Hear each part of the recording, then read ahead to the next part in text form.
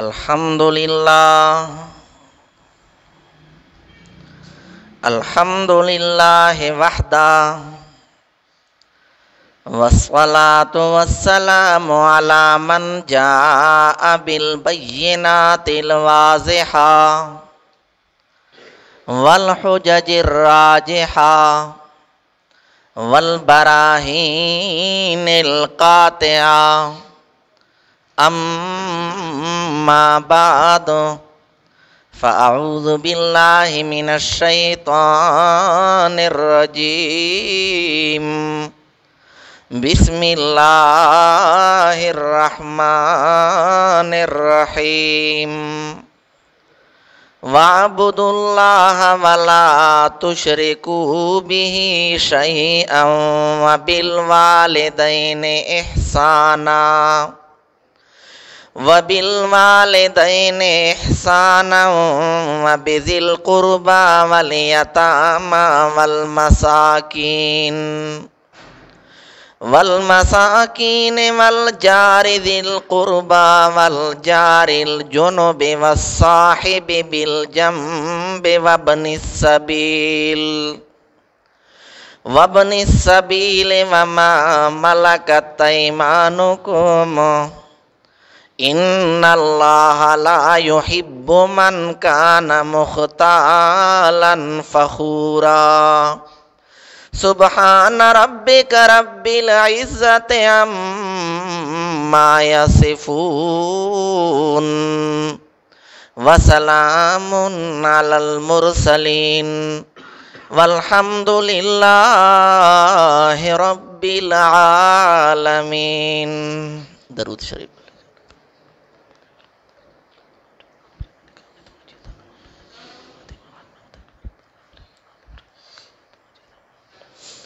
قرآن مجید فرقان حمید کی ایک آیت مبارکہ آپ حضرات کے سامنے تلاوت کی ہے.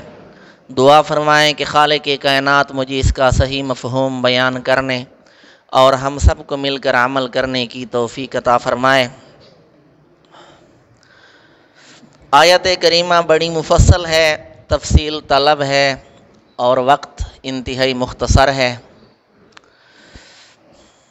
کوشش کروں گا کہ بالاجمال ان تمام چیزوں کی وضاحت کر سکوں.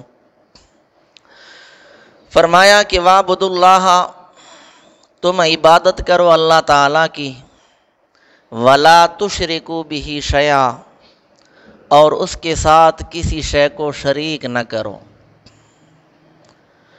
عبادت کہتے ہیں انتہائی درجے کی عاجزی اختیار کرنے کو.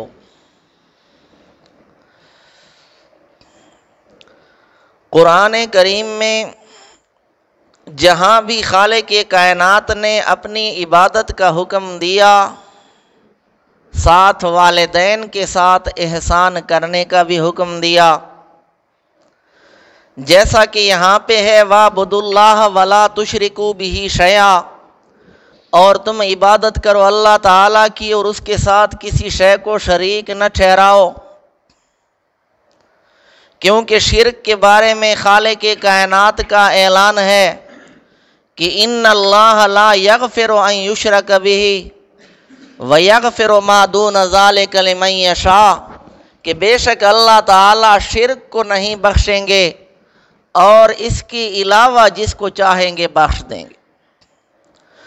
دوسرے نمبر پہ فرمایا وبالوالدین احسانا، والدین کے ساتھ ماں باپ کے ساتھ احسان کرو، حسن سلوک کرو. جہاں بھی خالق کائنات نے اپنی عبادت کا حکم دیا، ساتھ ہی والدین کی اطاعت کا حکم دیا. کیونکہ اللہ تعالی حقیقی رب ہے. رب کا معنی آہستہ آہستہ پرورش کر کے حد کمال تک پہنچانے والا حقیقی رب اللہ تعالی ہے، اور مجازن پرورش والدین بھی کرتے ہیں. تو اللہ تعالیٰ کے بعد حق والدین کا ہے، اس لیے حکم دیا وبالوالدین احسانا. اور فرمایا والدین کے بارے میں فلا تقل لہما اف، کہ انہیں اف تک نہیں کہنا، بلکہ انتہائی ادب کے ساتھ، احترام کے ساتھ انہیں مخاطب کرنا ہے۔ ابن مسیب تابعی فرماتے ہیں کہ والدین کے ساتھ اس لہجے میں گفتگو کرنی چاہیے جیسے کوئی غلام کسی سخت مزاج مالک کے ساتھ گفتگو کرتا ہے۔ والدین کے ساتھ بات چیت کرتے ہوئے لہجہ اس طرح نرم رکھنا چاہیے۔ وَبِالْوَالِدَيْنِ إِحْسَانًا وَبِذِي الْقُرْبَى، رشتہ داروں کے ساتھ، جو قریبی رشتہ دار ہیں ان کے ساتھ اچھا سلوک کرو۔ وَالْيَتَامَى، اور یتیموں کے ساتھ، یتیم کہتے ہیں اس نابالغ کو جس کا والد فوت ہو جائے، تو یتیموں کے ساتھ بھی اچھا سلوک کرو۔ والمساکین، رسول اللہ صلی اللہ علیہ وسلم نے اس پہ انتہائی زور دیا۔ آپ صلی اللہ علیہ وسلم نے فرمایا انا وکافل الیتیم کہاتین، میں اور یتیم کی پرورش کرنے والا جنت میں ایسے ہوں گے۔ 2 انگلیوں سے آپ صلی اللہ علیہ وسلم نے اشارہ فرمایا۔ والمساکین، اور مساکین کے ساتھ اچھا سلوک کرو۔ والجار ذی القربى والجار الجنب والصاحب بالجنب، 3 طرح کے الفاظ استعمال کیے خالق کائنات نے پڑوسیوں کے بارے میں۔ اردو زبان میں چونکہ اتنی وسعت نہیں جتنی کہ عربی زبان میں ہے، اردو میں ہم ترجمہ کرتے ہیں سب کا پڑوسی کے ساتھ، لیکن قرآن مجید میں 3 طرح کے لفظ مستعمل ہوئے، والجار ذی القربى والجار الجنب والصاحب بالجنب۔ اور رسول اللہ صلی اللہ علیہ وسلم نے فرمایا تھا جبریل علیہ السلام پڑوسیوں کے بارے میں مجھے بار بار تاکید کرتے رہے، یہاں تک کہ مجھے خیال ہوا کہ شاید پڑوسیوں کو وراثت میں حصہ ملنے والا ہے۔ انسان جب فوت ہو جاتا ہے تو اس کے قریبی رشتہ داروں کو اس کے مال میں سے حصہ ملتا ہے۔ آپ صلی اللہ علیہ وسلم نے فرمایا جبریل علیہ السلام نے اتنی تاکید کی کہ مجھے یہ خیال آیا کہ شاید میراث میں بھی ان کو حصہ ملنے والا ہے۔ اور ہماری حالت آج یہ ہے کہ ہم پڑوسیوں کی کوئی خبر نہیں رکھتے۔ گھر کے سامنے بالکل مکان ہوتا ہے پڑوسیوں کا، اور سال ہا سال ملاقات کی نوبت نہیں آتی، پڑوسیوں کے بارے میں ہمیں کوئی معلومات نہیں ہوتی۔ تو ان کا خیال رکھنا چاہیے۔ قرآن مجید نے 3 طرح کے لفظ استعمال کیے۔ والجار ذی القربى، جار کہتے ہیں پڑوسی کو۔ جار ذی القربى، مفسرین لکھتے ہیں وہ پڑوسی جو بالکل گھر کے ساتھ متصل ہیں، جن کا گھر آپ کے گھر کے ساتھ بالکل ٹچ ہے، ملا ہوا ہے، جار ذی القربى سے وہ پڑوسی مراد، اور ان کا حق زیادہ ہے۔ مثلا آپ کوئی چیز بیچنا چاہ رہے ہیں تو سب سے پہلے قریبی پڑوسیوں سے پوچھا جائے کہ میں یہ چیز بیچنا چاہتا ہوں، اگر آپ کو ضرورت تو نہیں، اگر وہ خریدنا چاہتے ہیں تو خریدنے کا پہلا حقدار آپ کا پڑوسی، اور اگر ان کو بتائے بغیر آپ نے سودا کر لیا ہے تو ان کو حق کے شفع حاصل ہے۔ والجار ذی القربى، بعض مفسرین فرماتے ہیں کہ یہاں جار ذی القربى سے مراد صرف ملے ہوئے نہیں بلکہ وہ پڑوسی جو رشتہ دار بھی ہوں، کیونکہ ان کے پھر 3 حق ہو جاتے ہیں، ایک حق پڑوس کا، ایک حق اسلام کا یعنی مسلمان ہونے کا، اور ایک حق رشتہ دار ہونے کا، تو ان کا حق زیادہ ہے۔ والجار ذی القربى والجار الجنب، اور دور کے پڑوسی، ایک پڑوسی وہ ہے جس کا گھر بالکل آپ کے ساتھ ملا ہوا، اور ایک پڑوسی وہ ہے جس کا گھر کچھ فاصلے پر ہے لیکن اسی محلے میں رہتا ہے، اسی گلی میں رہتا ہے، وہ بھی پڑوسی ہے۔ حضرت عائشہ رضی اللہ عنہ فرماتی ہیں رسول اللہ صلی اللہ علیہ وسلم سے سوال کیا گیا پڑوس کے بارے میں، تو آپ صلی اللہ علیہ وسلم نے فرمایا تھا کہ 40 گھر آس پاس کے وہ تمہارے پڑوس میں شامل ہیں۔ تو والصاحب والجار الجنب، دور کا پڑوسی جس کا گھر آپ کے ساتھ ملا ہوا نہیں ہے لیکن آپ کے محلے میں رہتا ہے، اس کا بھی آپ پہ حق ہے۔ والصاحب بالجنب، اور عارضی پڑوسی، مثلا کوئی سفر میں آپ کے ساتھ شریک ہے، سفر کر رہا ہے تو اس کا بھی آپ پر حق ہے۔ اس طرح کوئی آپ کا ہم پیشہ ہے، اس کا بھی آپ پہ حق ہے۔ کوئی ایک مسجد میں آپ کے ساتھ نمازیں پڑھتا ہے، اس کا بھی آپ پہ حق ہے۔ مسجد کا پڑوسی، مدرسے کا پڑوسی، سفر کا پڑوسی، ان تمام پڑوسیوں کا حق ہے جن کو قرآن نے بیان کیا۔ تو پڑوسیوں کا خیال رکھنا چاہیے۔ پڑوسیوں کا پہلا حق یہ ہے کہ اگر وہ محتاج ہیں، اگر وہ بھوکے ہیں تو ان کو کھلانا واجب ہے۔ اگر کوئی پڑوسی آپ کا حاجت مند ہے، ضرورت مند ہے، آپ کے پاس آ کر آپ سے مدد طلب کرتا ہے، ان کے ساتھ تعاون کرنا آپ کا حق ہے، اور یہ سنت مستحب کی بات نہیں بلکہ علماء نے لکھا ہے فرض ہے، واجب ہے۔ بقدر استطاعت ان کے ساتھ تعاون کرنا۔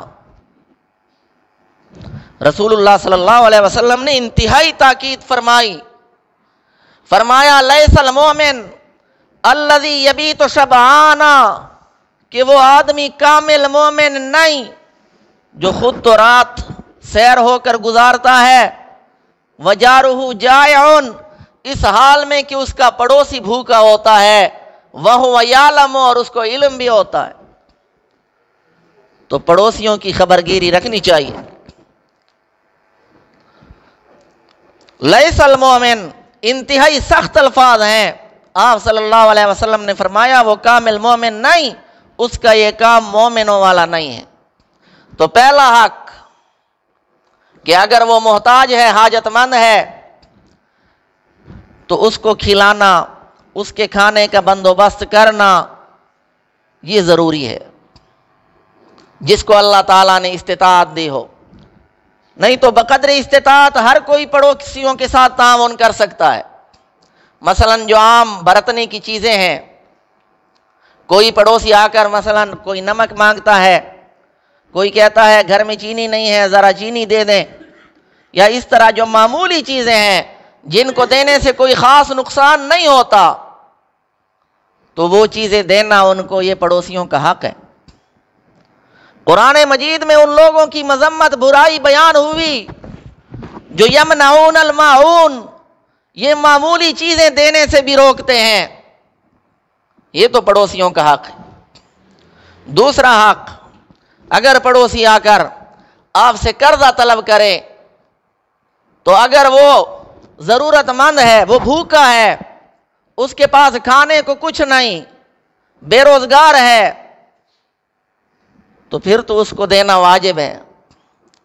قرض دینا اس کو واجب ہے اگر وہ آپ سے قرض طلب کرے، اور اگر بھوک کی وجہ سے نہیں بلکہ ویسے عام ضروریات کے لیے قرض طلب کر رہا ہے تو پھر بھی ان کے ساتھ حسن سلوک کرنے کے لیے ان کو قرضہ دینا مستحب ہے، بہتر ہے، کیونکہ قرض دینے کی فضیلت زیادہ ہے بنسبت تحفہ دینے کی۔ اس لیے اکثر علماء کا تعامل اسی طرح تھا کہ جب کوئی آتا تھا ان سے کچھ مانگتا تھا، وہ دیتے تھے تو بطور قرض دیتے تھے، اور پھر جب ادائیگی کا وقت آتا تھا تو معاف کر دیتے تھے، کہ اس طرح ڈبل ثواب ملتا ہے، ایک قرض دینے کا اور ایک حق معاف کر دینے کا۔ تو پڑوسی اگر قرضہ طلب کرے تو اس کو قرضہ دینا چاہیے، یہ ان کا حق ہے۔ اسی طرح اگر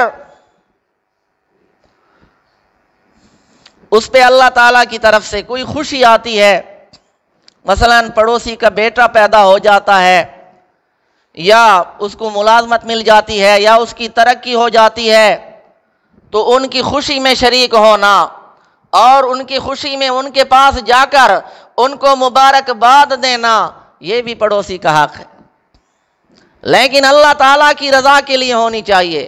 ہم یہ چیزیں کرتے ہیں لیکن رسماً کرتے ہیں، بطور رواج کرتے ہیں۔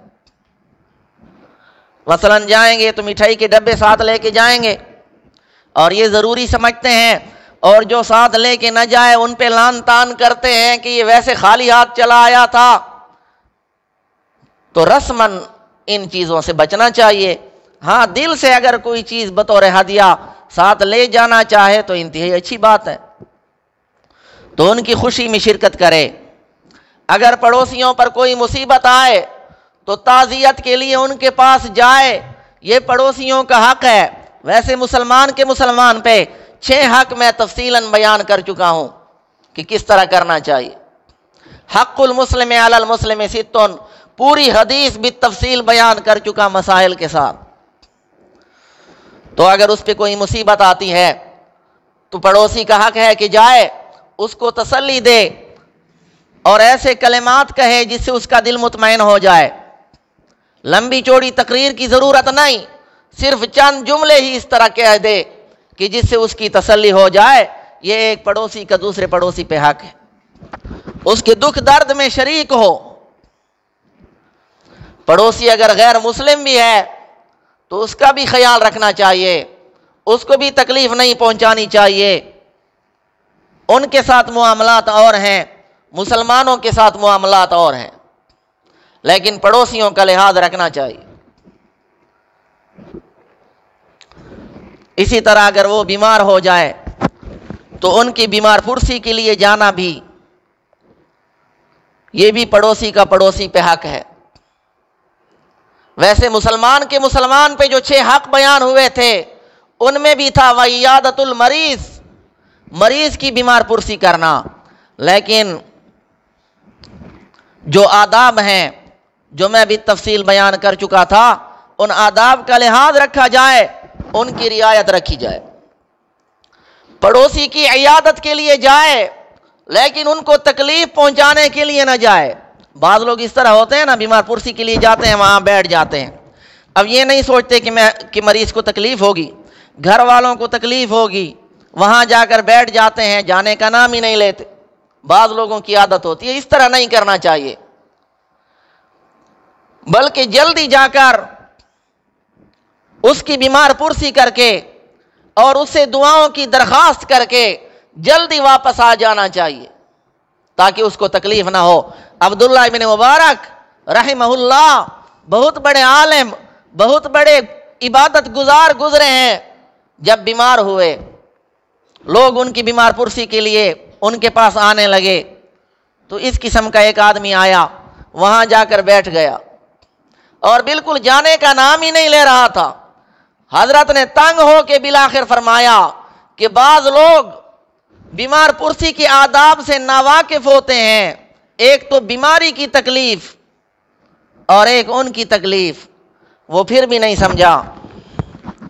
اس نے کہا حضرت پھر دروازہ بند کر لوں تاکہ لوگ نہ آئیں؟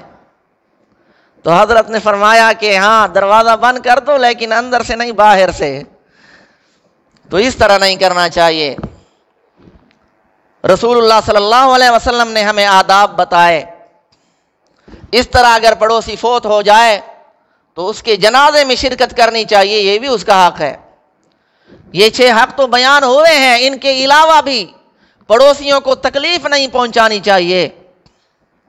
اگر گھر میں آپ کچھ لاتے ہیں بچوں کے لیے تو اگر اتنا ہے کہ پڑوسیوں کو دے سکیں تو پڑوسیوں میں بھی وہ تقسیم کرنے چاہیے، اور اگر اتنا نہیں تو کم از کم اس کے چھلکے پڑوسیوں کے گھر کے سامنے نہیں پھینکنے چاہیے تاکہ ان کے بچے دیکھ کر ضد نہ کریں۔ تو پڑوسیوں کا ہر طرح سے خیال رکھنا چاہیے، ان کو تکلیف پہنچانے سے بچنا چاہیے۔ رسول اللہ صلی اللہ علیہ وسلم نے اس کی انتہائی تاکید فرمائی ہے۔ وقت مختصر ہے، آیت مفصل ہے، انشاءاللہ العزیز الغالب الکریم زندگی رہی تو پھر کبھی بیان کروں گا۔ وما علینا الا البلاغ۔